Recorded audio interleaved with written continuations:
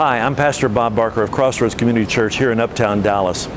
Several years ago, back to 1995, because I'm a public speaker, went to a plastic surgeon because I had a little something on my forehead that needed to be taken off. It bothered me, it didn't bother anyone else. While I was there, I told the doctor, I said, "Can you take this little thing off on the side here?" He said, "Yes, not a problem." Then I showed him a place on my knee, and it was the way he said it. He said, "That's coming off." When the biopsy report came back, this one was okay, this one was okay, but the one on my knee was not. He said, "You know, I'm not going to pull any punches with you because we really don't have time."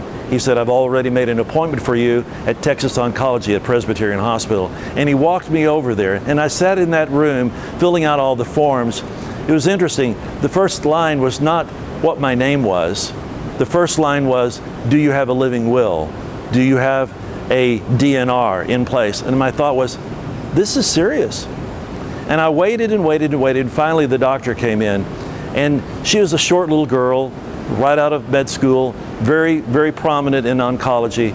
And she said, "You know, I don't give you very long to live." Well, I told her, I said, "You know what, I have 4 daughters. I want to see graduate from high school. I want to see them walk down the aisle. I want to be the one walking down the aisle. I want to see my grandchildren." And she said, "Well, let's see." She gave me between 6 and 9 months.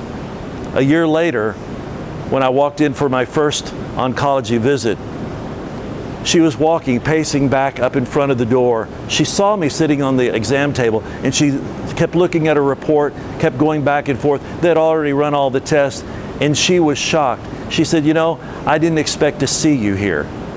I said, "Remember I told you that I would see you?"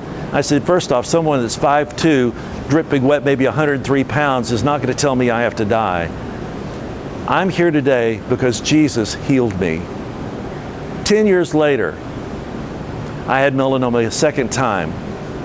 Both times, 5 years after those initial visits and those initial diagnoses, they had to write me out saying completely well. I'll tell you, no matter what the situation looks like, no matter how dire the circumstances may be, Jesus is still your healer. He can touch your life, and no matter what area it is in your life that has a problem with it, remind yourself, no matter what the situation is, Jesus is always my healer. God bless you.